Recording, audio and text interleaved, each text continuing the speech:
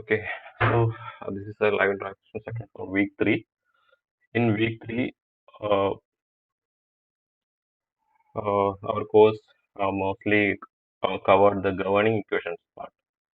The parts in first 2 weeks, it was two example problems or to give the overview of the subject, two different approaches and overall CFD methodology were discussed through two example problems.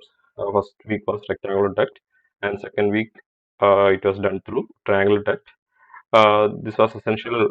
Such kind of approach was essential to uh, impart the knowledge how different discretization of equation will differ according to different regimes or different domains. So in this week, uh, our most of our course content and interaction section content uh, is uh, works around the basic definitions of fluids and also the governing equations in the fluid flow.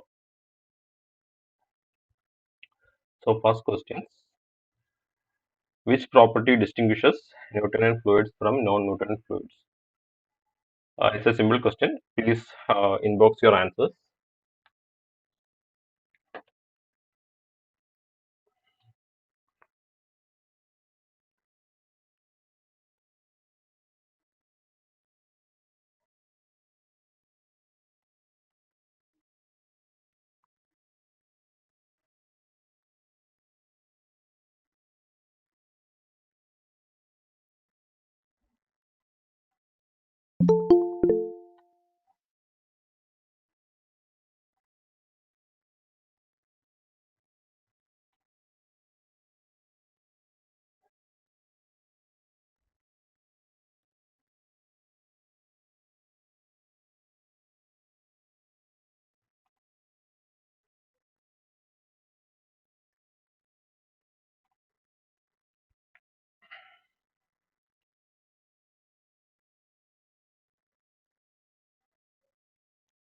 Okay.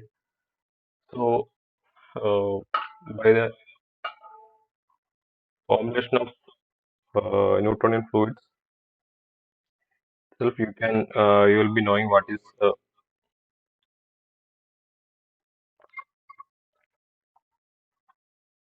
echo.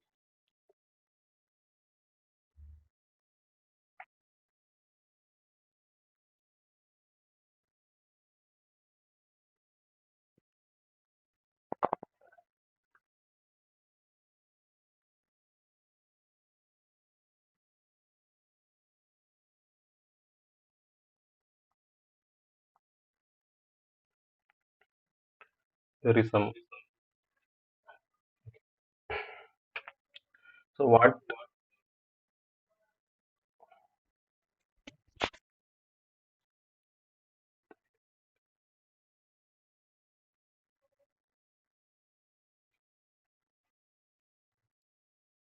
Sorry, some echo is coming from somewhere.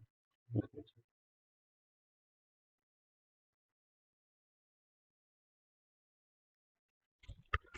So the new viscosity is the term which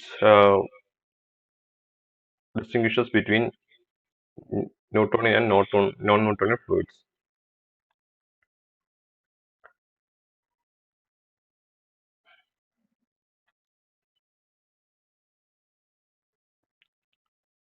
Some of you have answered.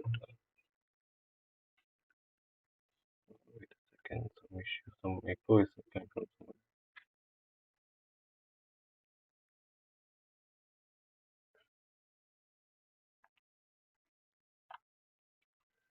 Okay, next one. Which of these fluids, uh, for which of these fluids, the Newtonian fluid assumption is quite accurate?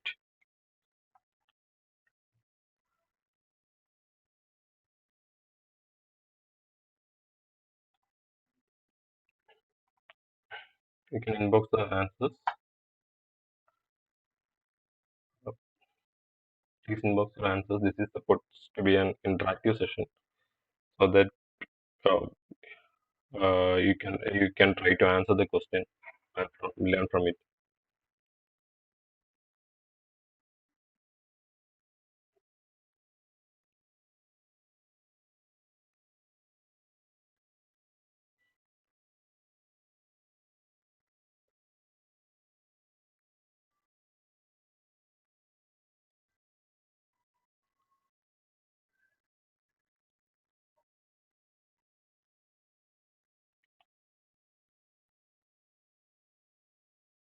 Okay.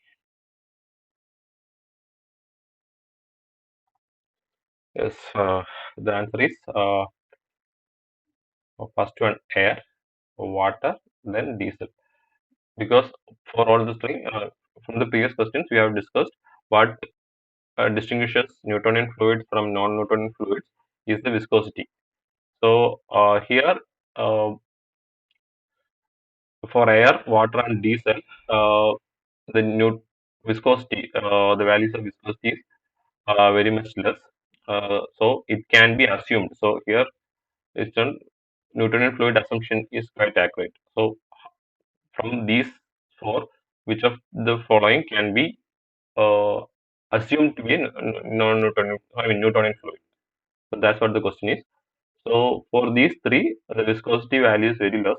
So in and this one among these four, the crude oil has higher viscosity values.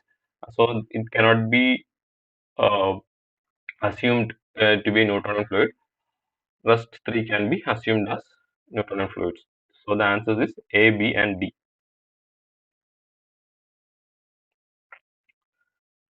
Next question: the advection term in the momentum conservation equation in the x direction for a constant property in a two-dimensional Newtonian fluid can be written as.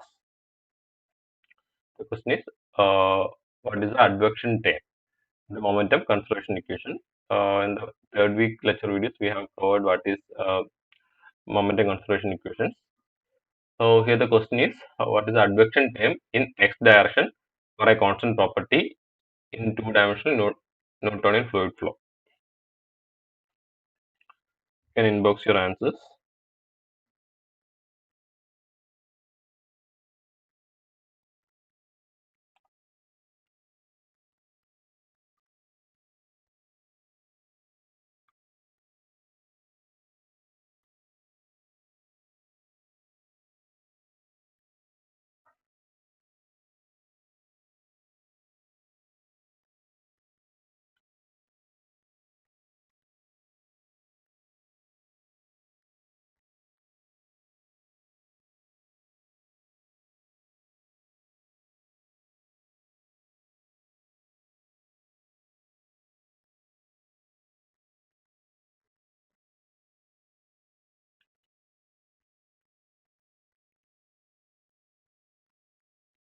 Okay. So first of all, what's the term advection? Uh, Advection, actually, this term advection uh, means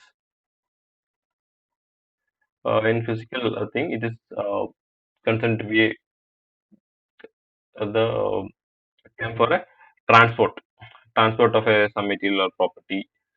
All such thing is referred by this term advection. So the term convection, we have learned the term convection in many aspects. I mean, where the heat transfer is happening from solid to fluid or between the inside the fluid. All such cases, the convection terms come into picture. But actually, the term convection is a combination of conduction plus advection.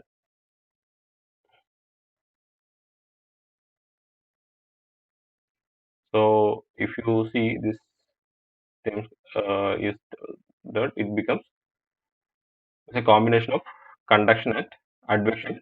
Then the term advection, convection becomes, because suppose we are considering the flat plate or something, the first layer will be happening. First layer, the heat transfer or energy transfer or motion transfer, whichever it is, the the property transfer will be happening through conduction. That is, the fluid, the molecular energies will be uh, conductor from each other. Then within the fluid, it will be an advection because this hot air moves upward. Hot air becomes lighter and move upward, and such transport happen within the fluid, and that is the term advection. And also between the layers, again conduction happens. So the combination of conduction and advection is what is convection. So here, what is the advection term in x direction? So the first flow is in x direction. So in x direction, the velocity is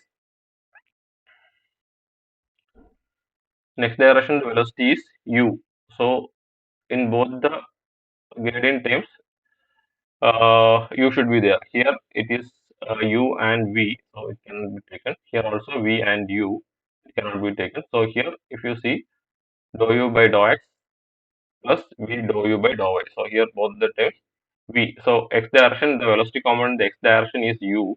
So here, if you see uh, how this dou u by dou x, this gradient is advected by the velocity u plus how this dou u by dou y term is advected by the term v. That is the combination of two advection terms or velocity gradients in velocity gradients of x directional velocity. So our answer is C, u dou u by dou x plus v dou u by dou y. Next one, what is the diffusion time in the two-dimensional y momentum conservation equation? Options are mu times dou square v by dou y square plus dou square v by dou y square. Then b mu into mu times dou square u by dou y square plus dou square u by dou y square. And again, c is mu times dou square v by dou y square plus dou square u by dou y square. And last one, mu dou square v by dou y square.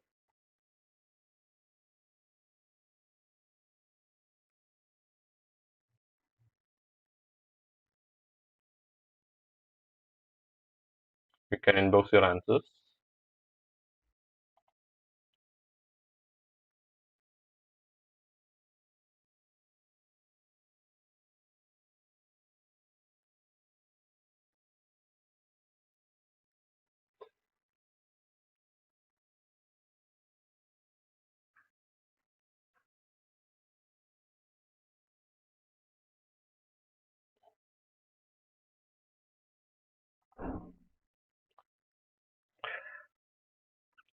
Okay, first of all, what is diffusion? So how diffusion differs from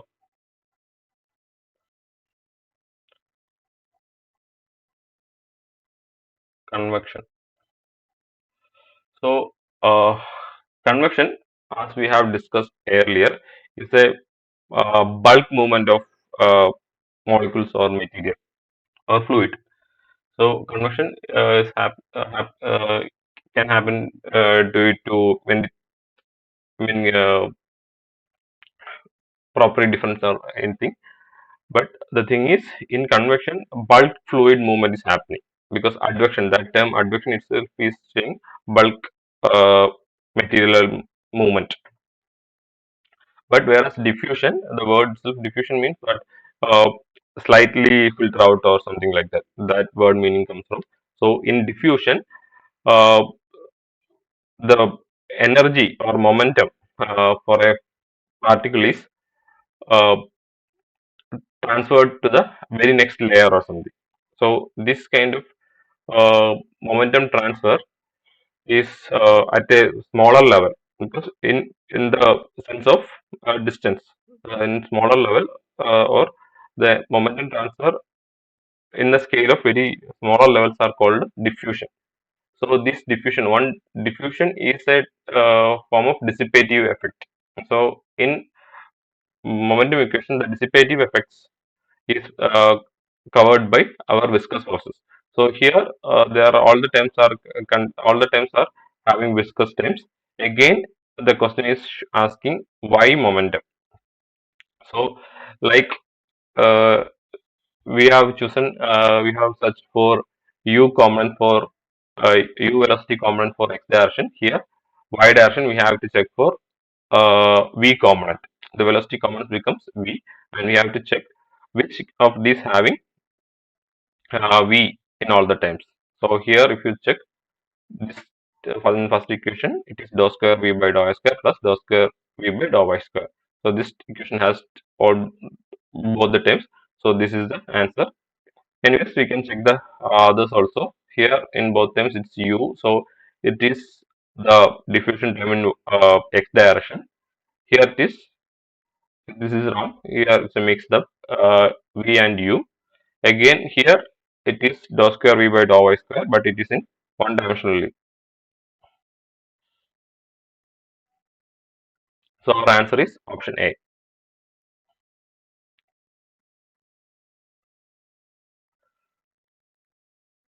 Next question.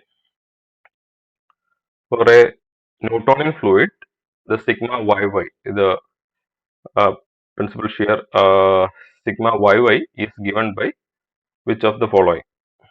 So first option 1 by 2 mu times dou ui by dou xj plus dou uj by dou xi, which is in tensor notations.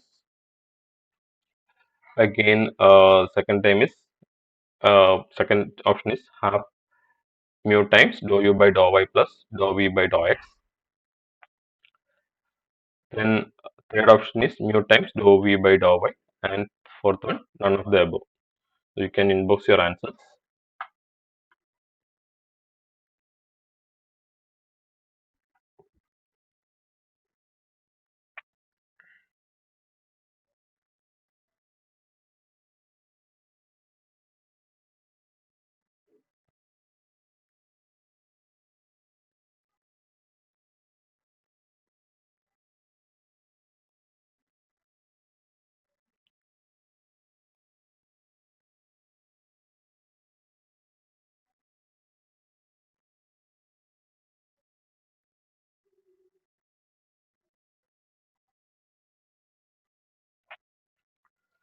So if you see here, this term is actually the subset of the first option only, because dou u I by dou x j plus dou u j by dou x I.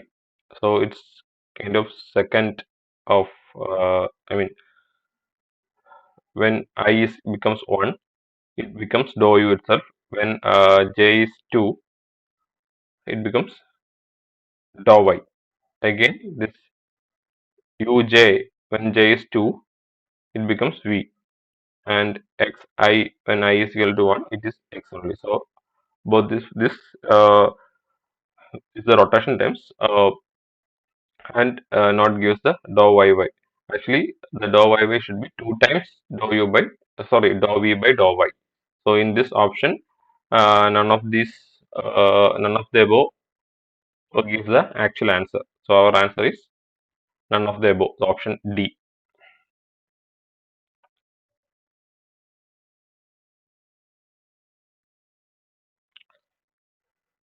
Next question. Which type of non-Newtonian fluids exhibits shear thickening behavior?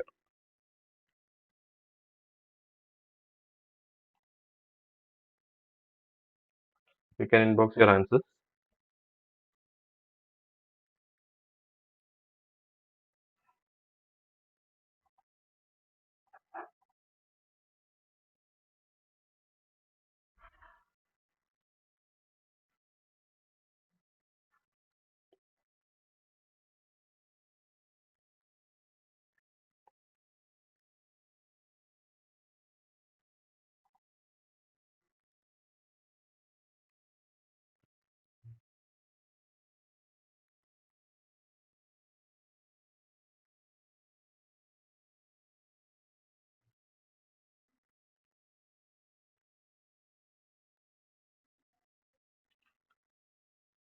So let me explain what is meant by shear thickening behavior. If you have gone through the uh, lecture of week 3, The difference between Newtonian and non-Newtonian fluids are discussed there. So for Newtonian fluids, it should be directly proportional to,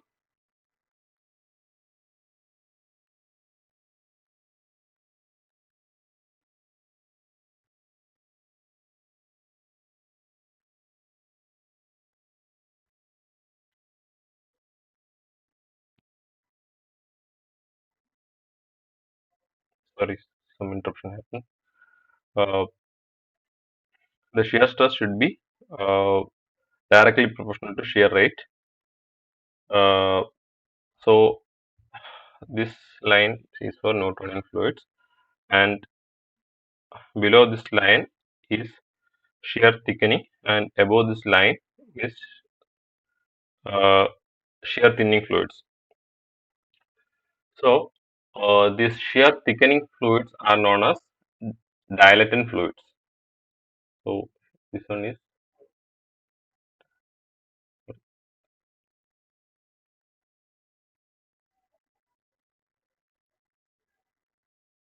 the shear thinning fluid is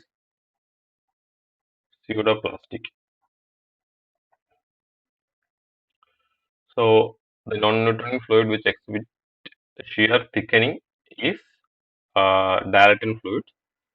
For example, paint and all is dilatant fluids.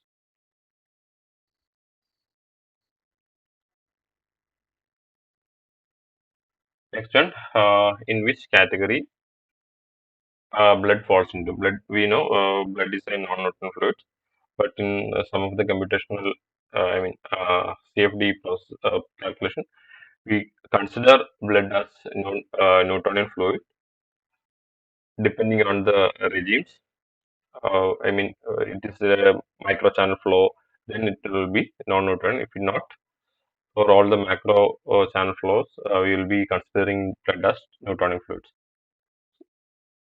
So actually, in real, uh, what type of fluid is blood?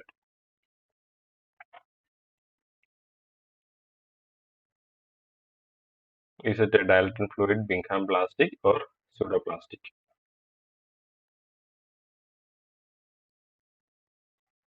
You can inbox your answers.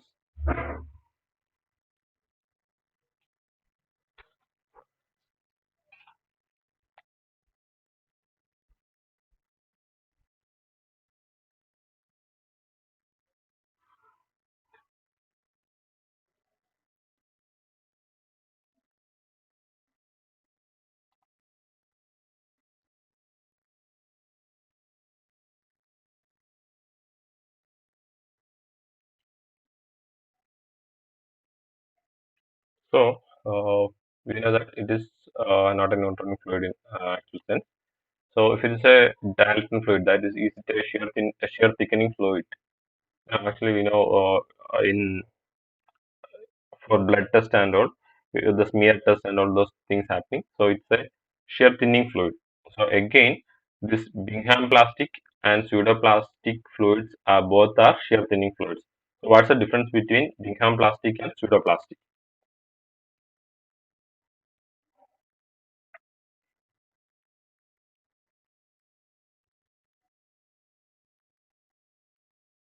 This is for Newtonian fluids.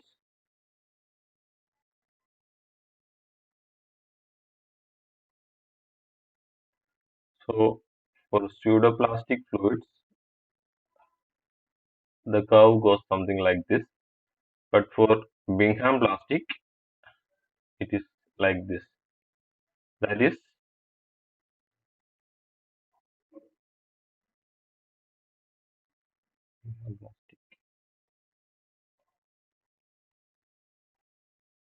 so what's the difference? Actually, pseudoplastic fluids does not exhibit a linear behavior. That uh, it from start itself, it is not proportional or linear. It doesn't the shear stress and shear rate uh, does not exhibit any linear uh, relationship. Such kind of fluids are called pseudoplastic fluids. But Bingham plastic fluids requires some amount of initial shear stress to start thinning. So after that, it displays a linear behavior, linear relationship. So such kind of fluids are termed as Bingham plastic. An example for Bingham plastic is toothpaste. So we know that it is not in that what happens with blood. So that is blood is pseudoplastic. So there are different viscosity models for blood flow. You can check it. Most simply is power law. Then there is Cason's Bird's model. All these are model approximations of viscosity, modeling of viscosity for blood. Carry model, carry Yoshida model, all those things are there for blood viscosity.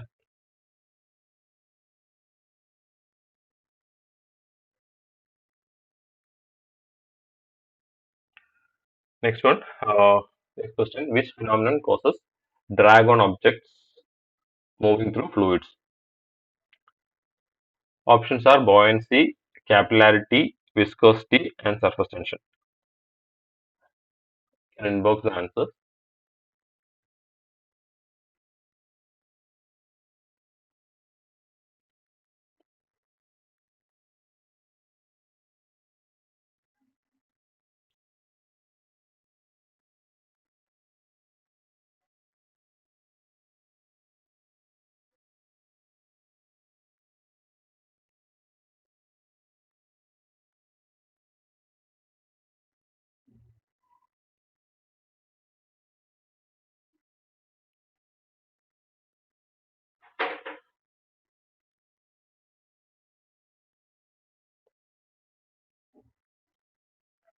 Here,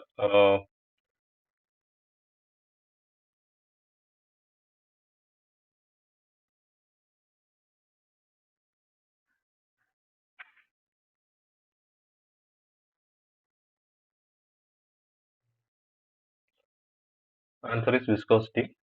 Uh, Buoyancy is actually the uh, force that opposing gravity, so it does not create any drag.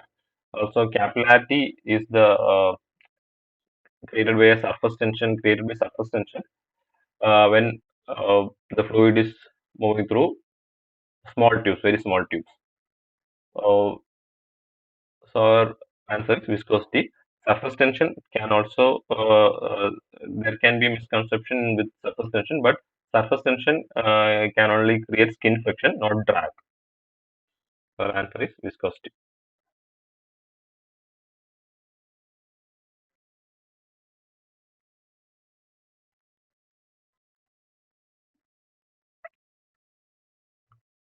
Next one,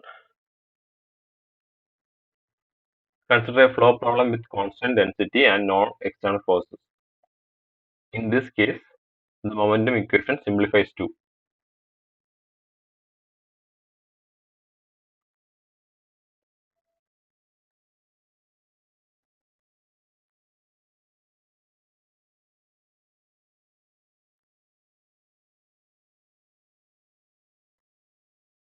You can inbox your answers.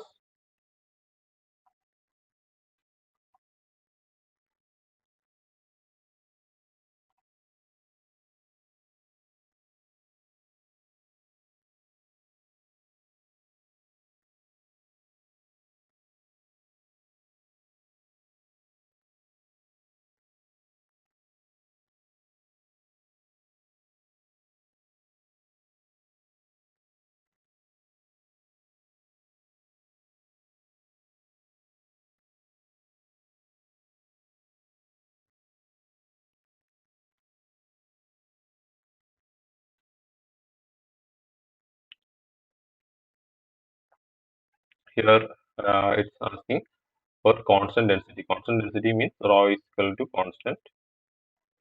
So 1 by rho is also equal to also constant. So it is incompressible flow. We are talking about incompressible flows and with no external forces.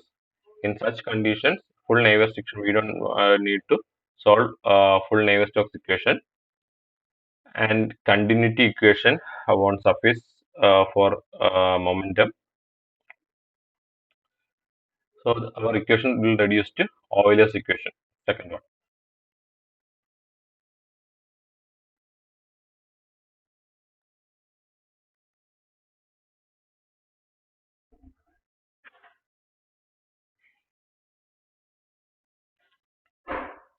Next one.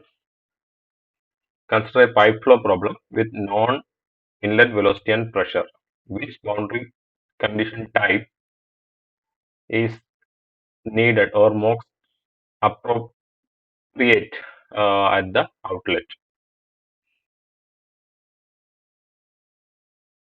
Actually, the question is kind of little ambiguous, but still you can answer it. You can inbox your answers.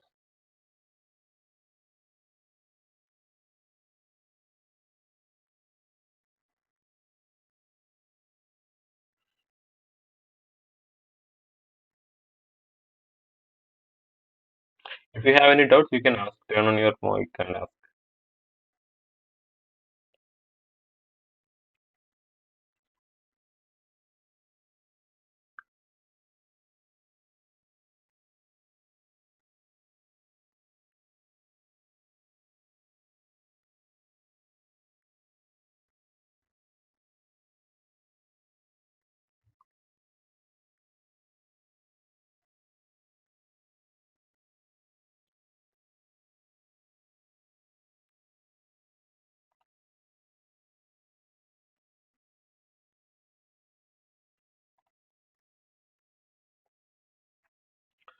So we have discussed these boundary conditions in the last uh, session.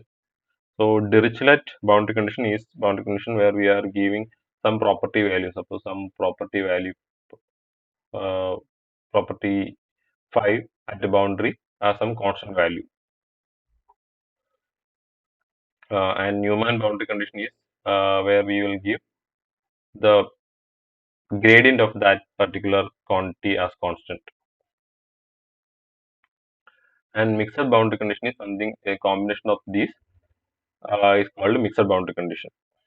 And last one is none of the above. So in most of the CFD problems, uh,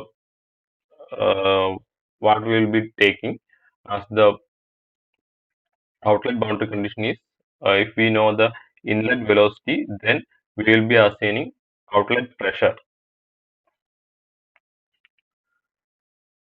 But here there is nothing told about this outlet pressure. So in such case, and also the best case is to take this pressure gradient by tau, which are common in this set. Here, best thing is to give Newman boundary condition for pressure at the outlet.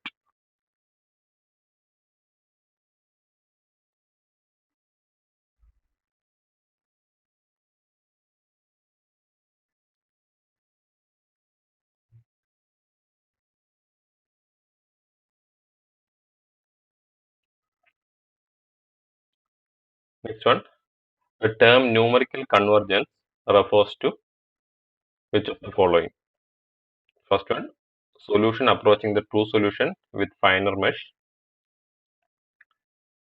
Second one, solution remaining constant with varying mesh size. Third one, dependence of solution on its initial conditions. Last one, ability of the code to run without errors. Inbox your answers.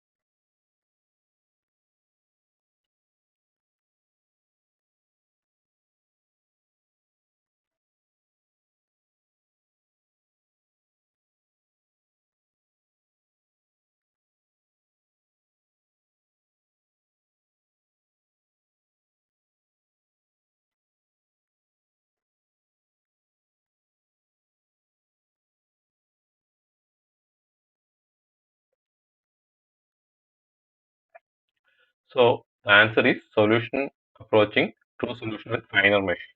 First one is our solution. I mean answer. The second option, that solution remaining constant with varying mesh size. Actually, this is a grid independence, not numerical convergence. It is grid independence. That is our solution is. Uh, I mean the mesh size no longer affects the solution. That's what this option B is saying. But that is actually the grid independence, not the numerical convergence. Numerical convergence means suppose uh, true solution minus estimated solution. This thing is called error or residual, not errors. So when this error reduces to the extent to which our applied schemes, the level of accuracy comes with the selection of schemes, and when the schemes can, when our solution approaches to its maximum accuracy, that is called a numerical convergence.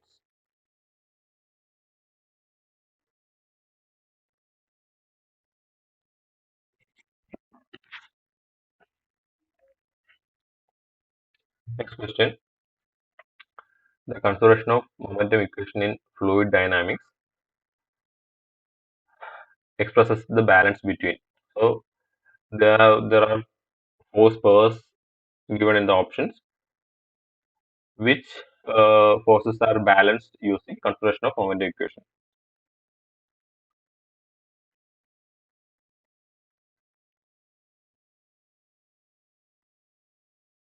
You can inbox your answer.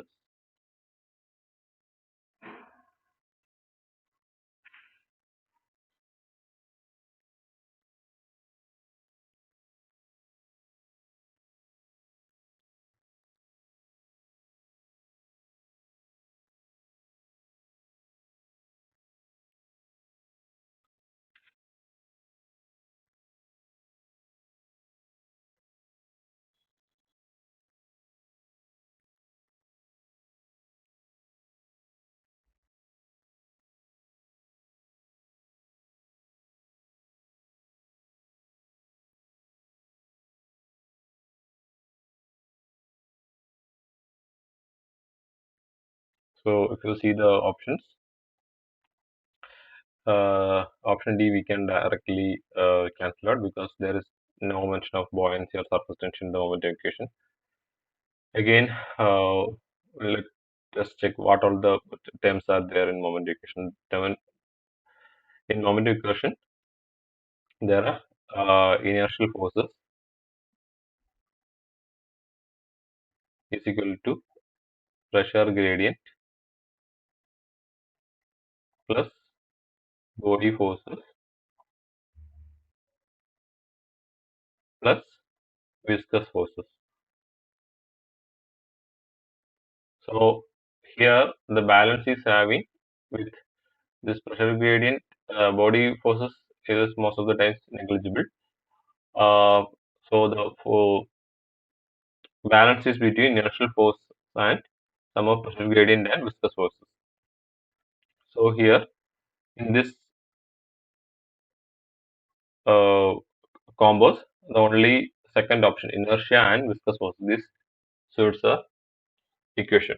So our answer is option B.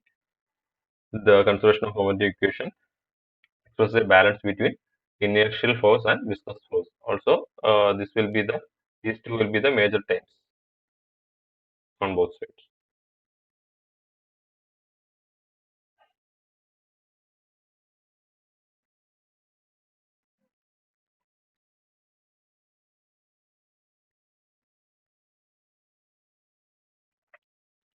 Next one, which term in the Navier-Stokes equation represents the inertial force acting on the fluid element?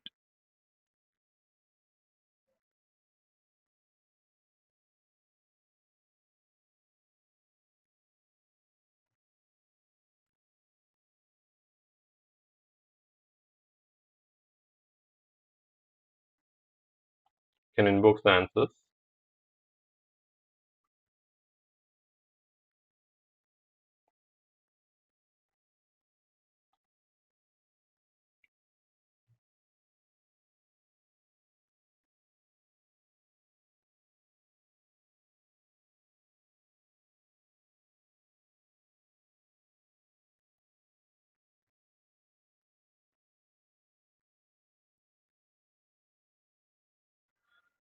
in momentum, as we uh, saw before, the inertial forces are balanced with pressure gradient plus body force plus viscous force.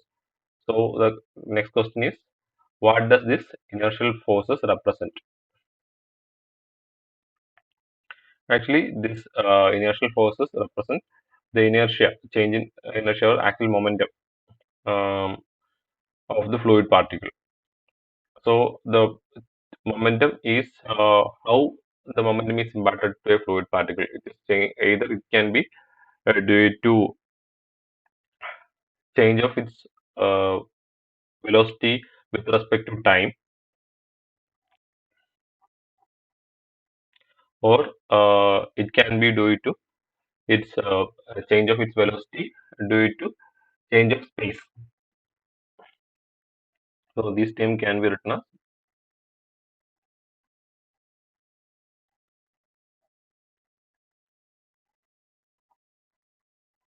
so this is for velocity component.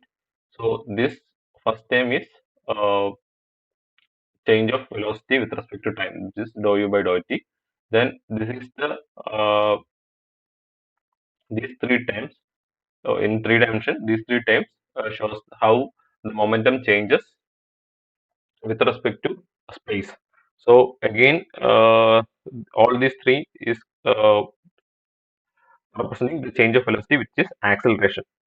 So with respect to time and with respect to space, this is called the material derivative. So it is written as d capital du by. So this term is known as convective acceleration time. So the inertial force, that is our left hand side of our Navier-Stokes equation, is represented by inertial force.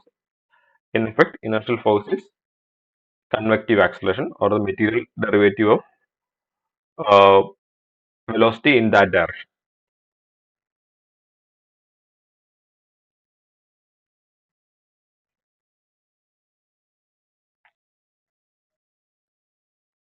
Next question: which of the following boundary condition is commonly used for solid walls in CFD? You can inbox your answers.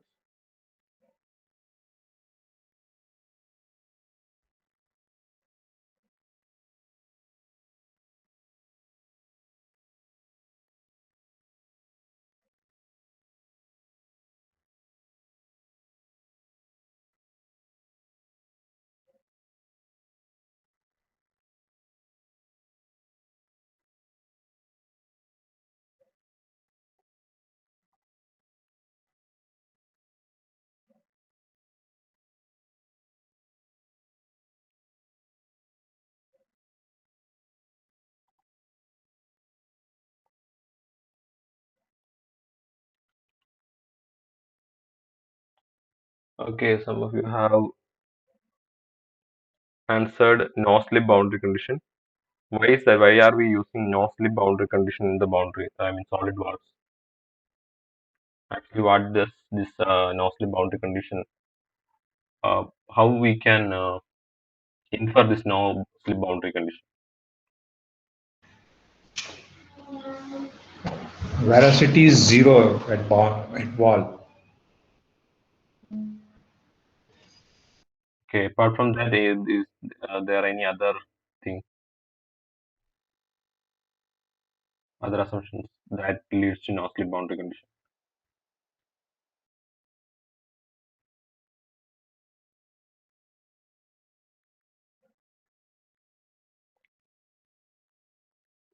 How can we assume? I mean, this no, I mean zero velocity at boundary.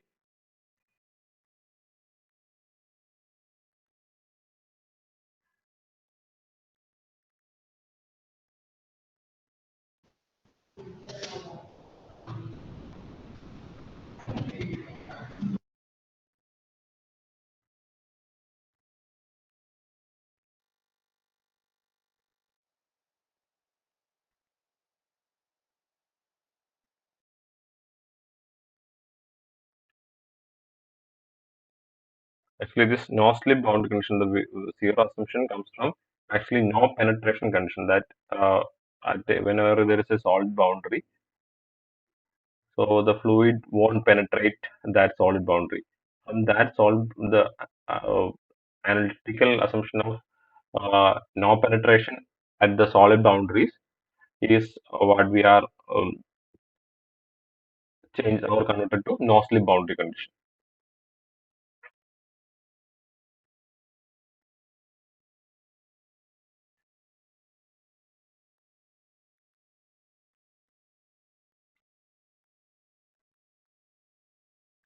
Okay, next question.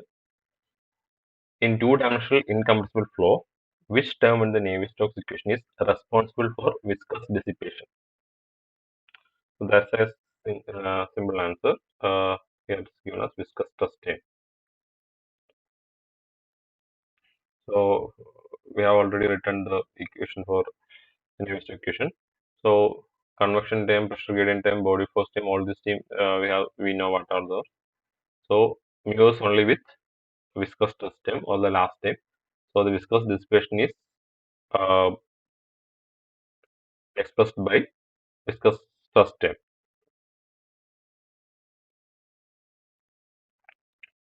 Viscous stress term in vector notation we can write as mu del square u. So next one is a numerical problem. Consider a steady laminar flow of water with density rho is equal to 1000 kilogram per meter cube and mu as 10 raised to minus 3 Pascal seconds through a pipe with diameter d is equal to 0.1 meters and average velocity u is equal to 1 meter per second. Please, please calculate the viscous dissipation per unit volume.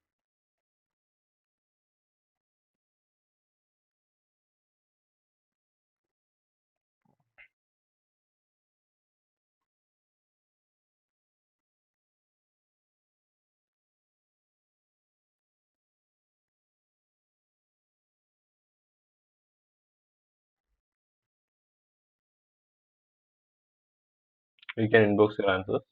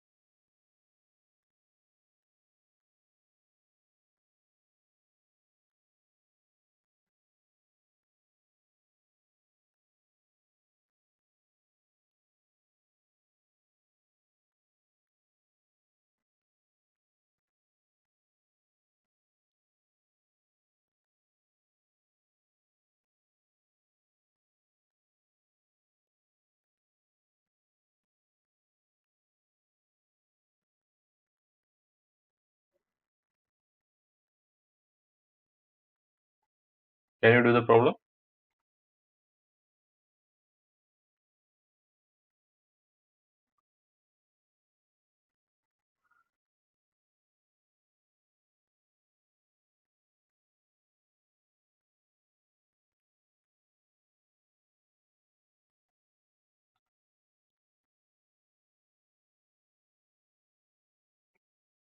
So the equation for viscous dissipation or viscous stress term is mu dou square, mu del square u. So if you apply that in this terms, you can solve the equation. I mean, solve the problem. If you have found the answer, please inbox the answer.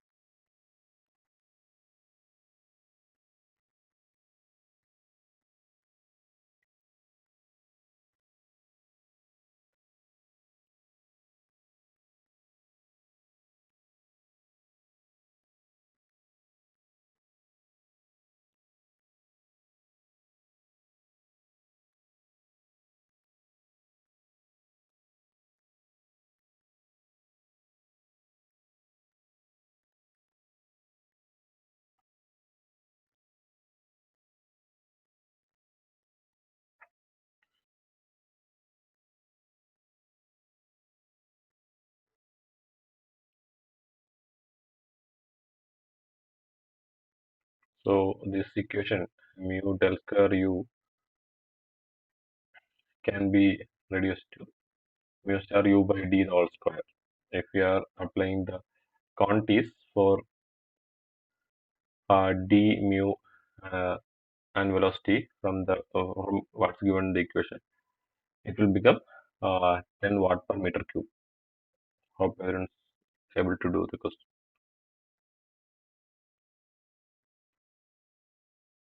Next one. What term in the Navier-Stokes equation is responsible for buoyancy forces in a stratified fluid?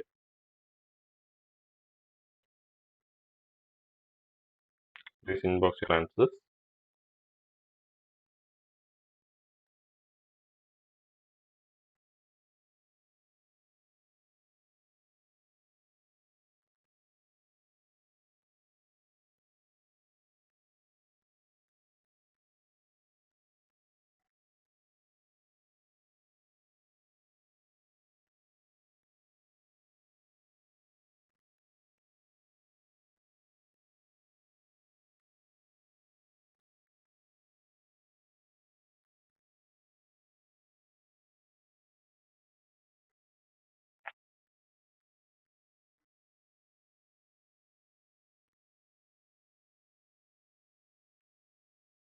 Do you know what's a stratified fluid?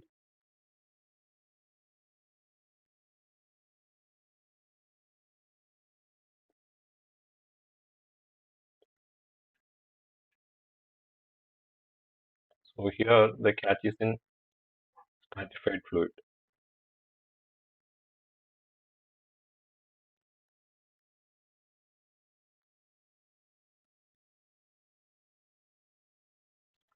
So stratified,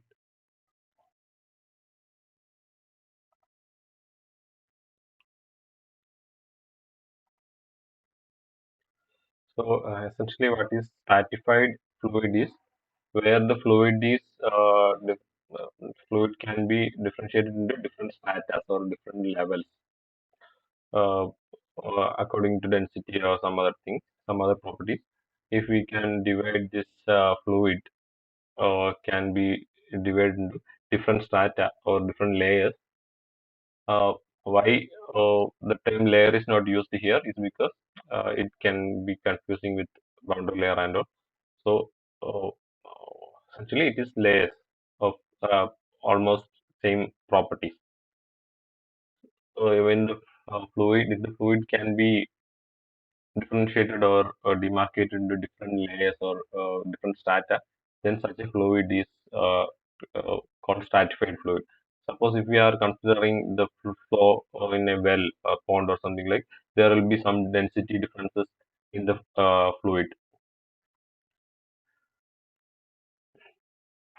due to the, I mean, essentially in a well pond or something like that, there will be particulate matters or something uh, dissolved in the liquid, which will uh, go increasing towards the bottom or something.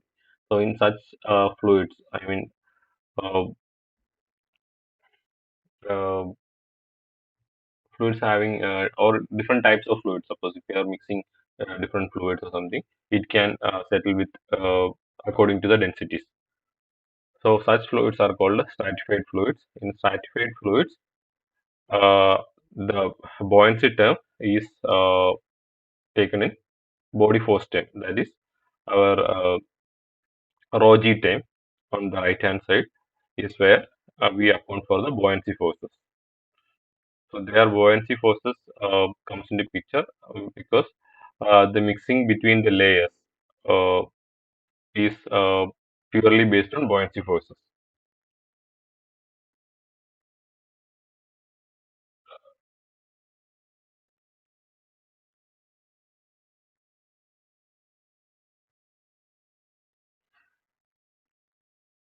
In ocean engineering and all those things, we do for CFD for ocean engineering and all.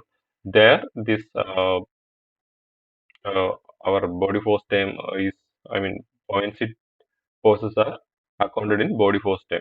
Also in uh, mixing flows and all. Next, another one is also a numerical problem. Consider water flowing through a pipe with constant velocity of 2 meter per second. The density of water is 1000 kilogram per meter cube. What's the inertial term in this case?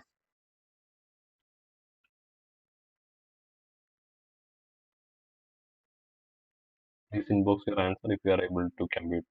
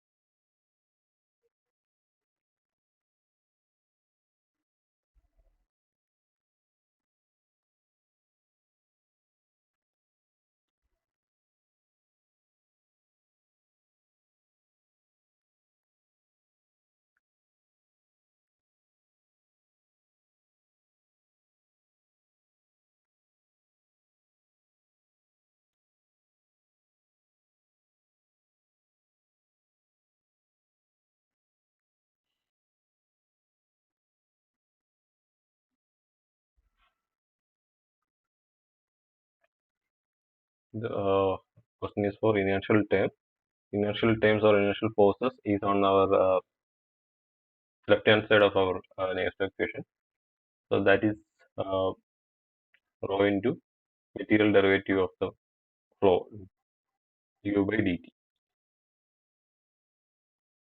If you apply the values to this equation, then you will get the answer.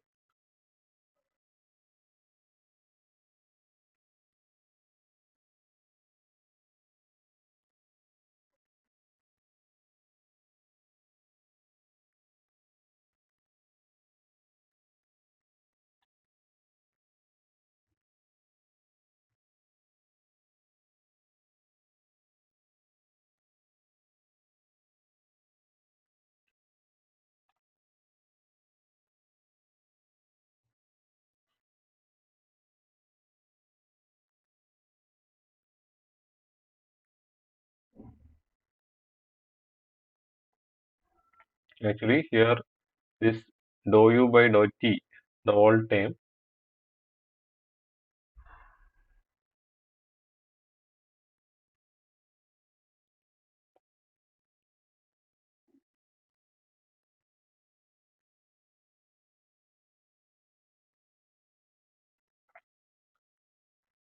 this with constant velocity, meaning that there is no change.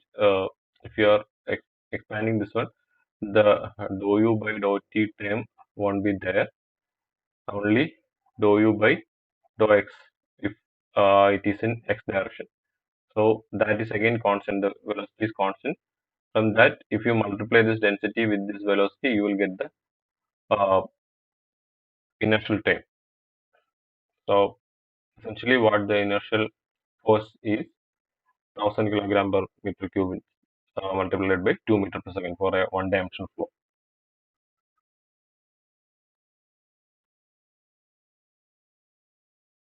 Next question. You wish to calculate the velocity and pressure field for a laminar flow of water through the domain shown in the figure 1. How many partial differential equations do we need to solve? Options are 1, 2, 3 or 4. Please inbox your answers.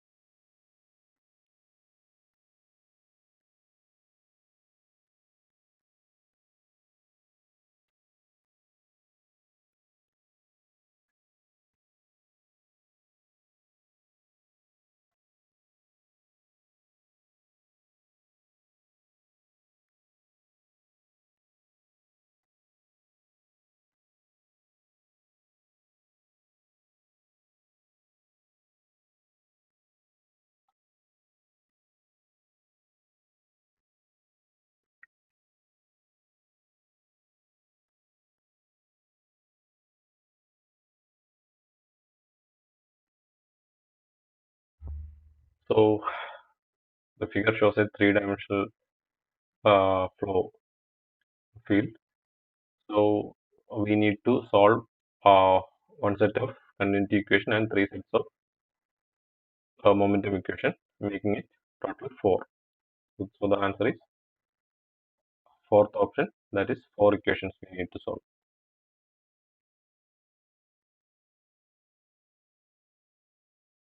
Next one, the momentum balance equation in x direction can be written as.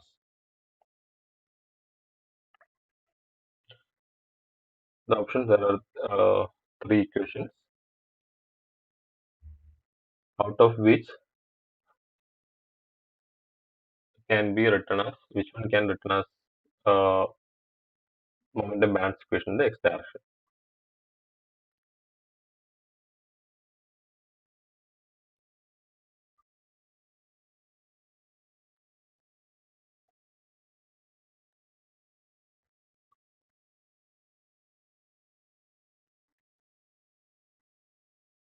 Can inbox your answers.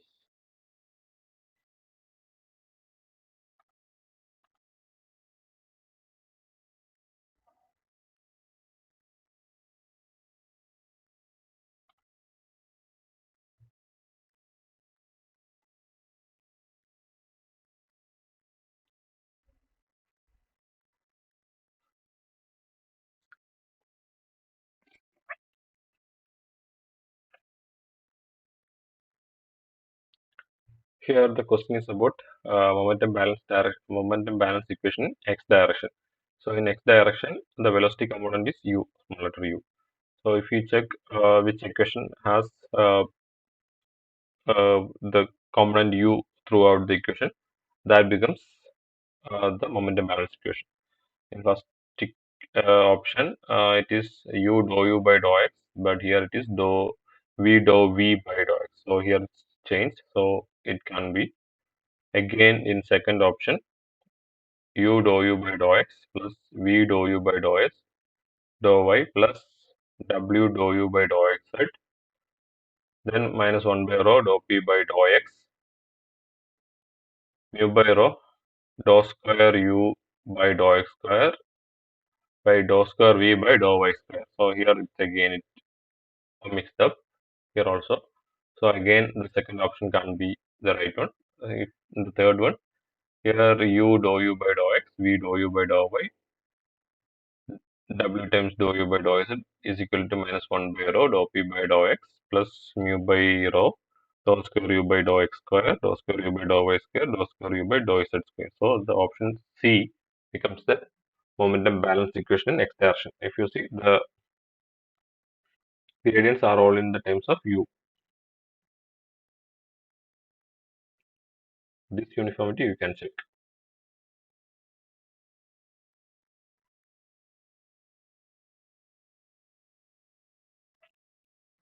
Next question, which numerical method is commonly used to solve discretized Navier-Stokes equation in CFD? That's a simple question. You can answer that easily.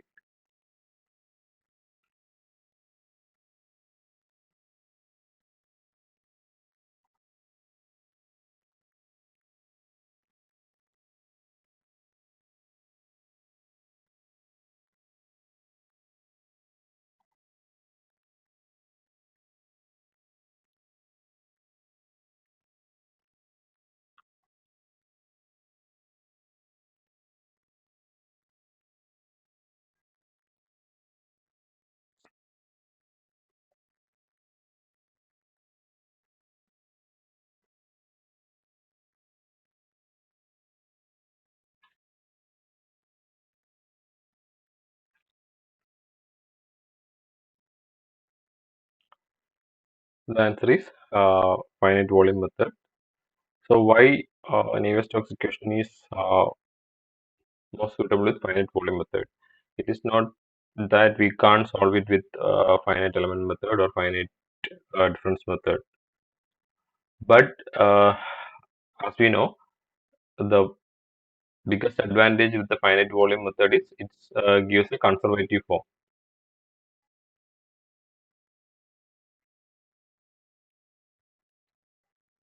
and Navier-Stokes equation is inherently the momentum conservation equation. So this momentum conservation along with velocity and pressure coupling can be established easily with finite volume method.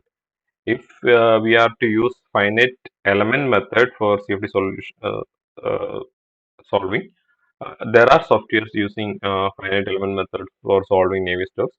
But the thing is, the computational complexity becomes more. Finite difference method, the limitation is that we can only do it for uh, if the grid is not structured and the computation is not for simple geometry, then finite difference method becomes too difficult to solve. And spectral method is a typical kind of method where uh, Fourier series and Fourier transforms are used. These types of spectral methods, if you have studied these instabilities and all, in all such methods, all such studies, these spectral methods are used. So again, we can analyze the solutions or we can analyze the instabilities in fluid flow after we have computed it through CFD. We can use these spectral methods to get more insights. uh, Directly we cannot discretize the Navier-Stokes equation with spectral method. So the best one is finite volume methods due to its conservative property, inherent conservative property.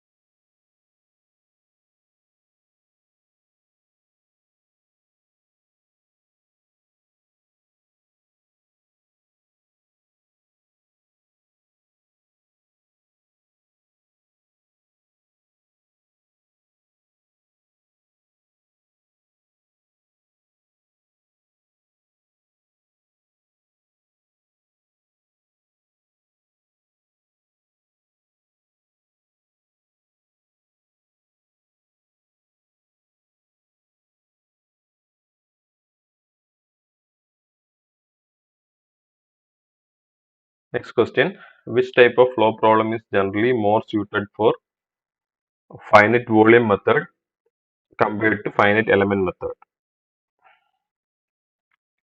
So here there are listed some problems, flow problems, and we have to find which ones are best suited for finite volume method compared with finite element method. First one is heat transfer with complex material properties. Next one, turbulent flow involving complex boundary layers. Third one, a linear elasticity analysis of a solid structure. Fourth one, both A and C. You can inbox your answers.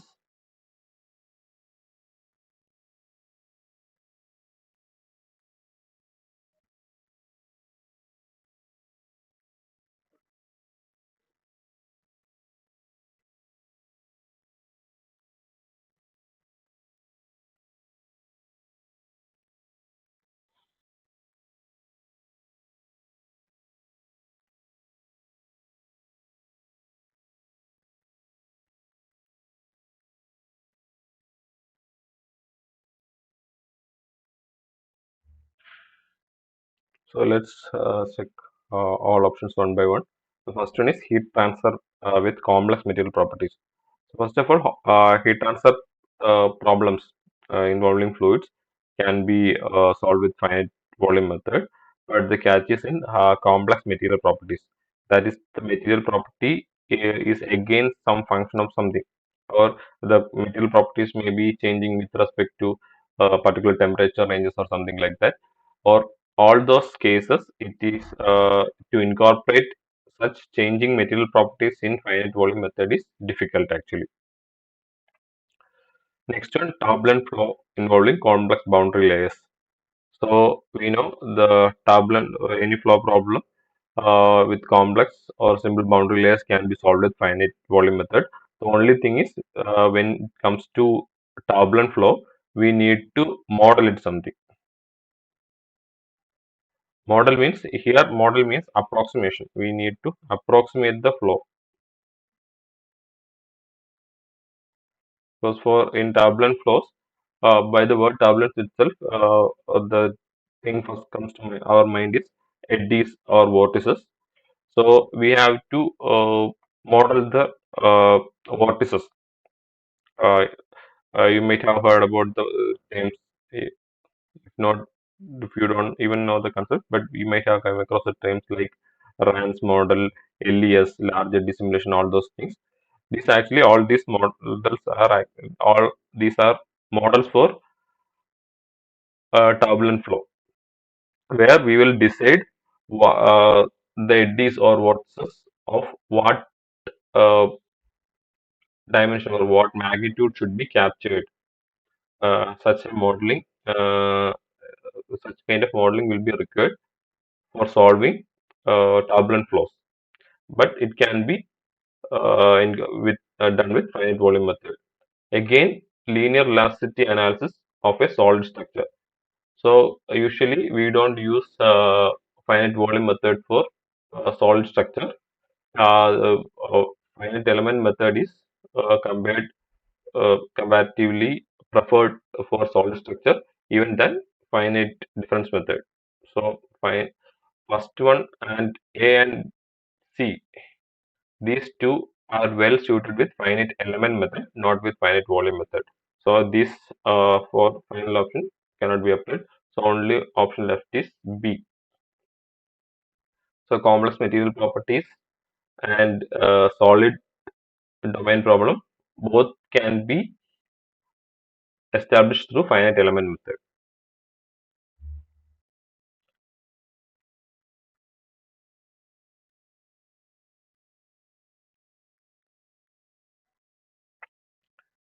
Next question, which statement is true about computational cost of different methods? So we have finite volume, finite element, and finite difference method. So which of these statements are true about the computational cost of the methods? The options are finite difference method is always the most efficient method. Most efficient meaning in terms of computational cost. Finite element method is generally more expensive than finite difference method due to element integration. Next one, cost depends on the specific problem, mesh complexity, and desired accuracy. Next option, both finite volume, finite element are guaranteed to be cheaper than finite difference method.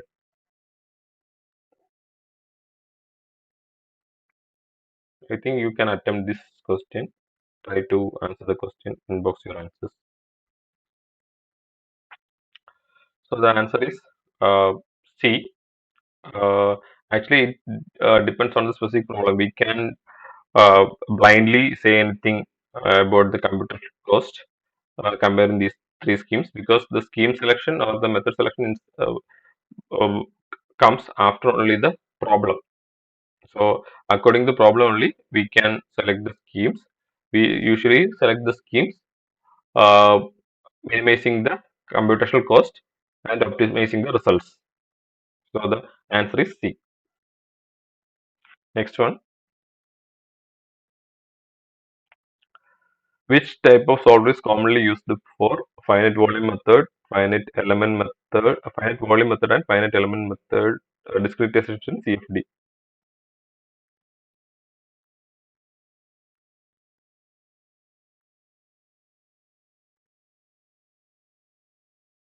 The options are direct solvers, iterative solvers, spectral methods based on Fourier transform, and all of the above.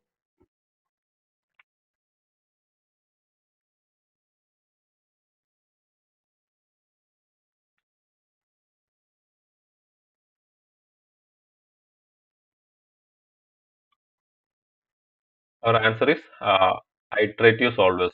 Uh, we might have heard of this Gauss-Seidel method, TDMA method, all those things.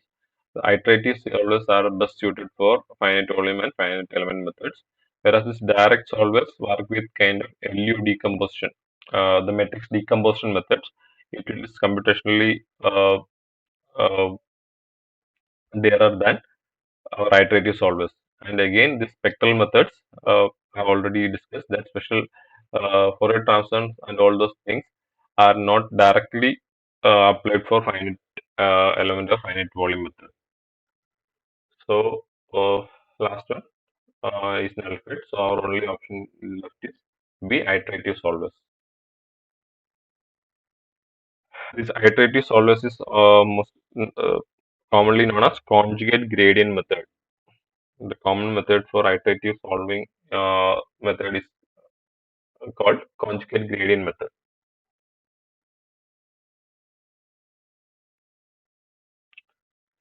Here we can end our session for today. Any doubts?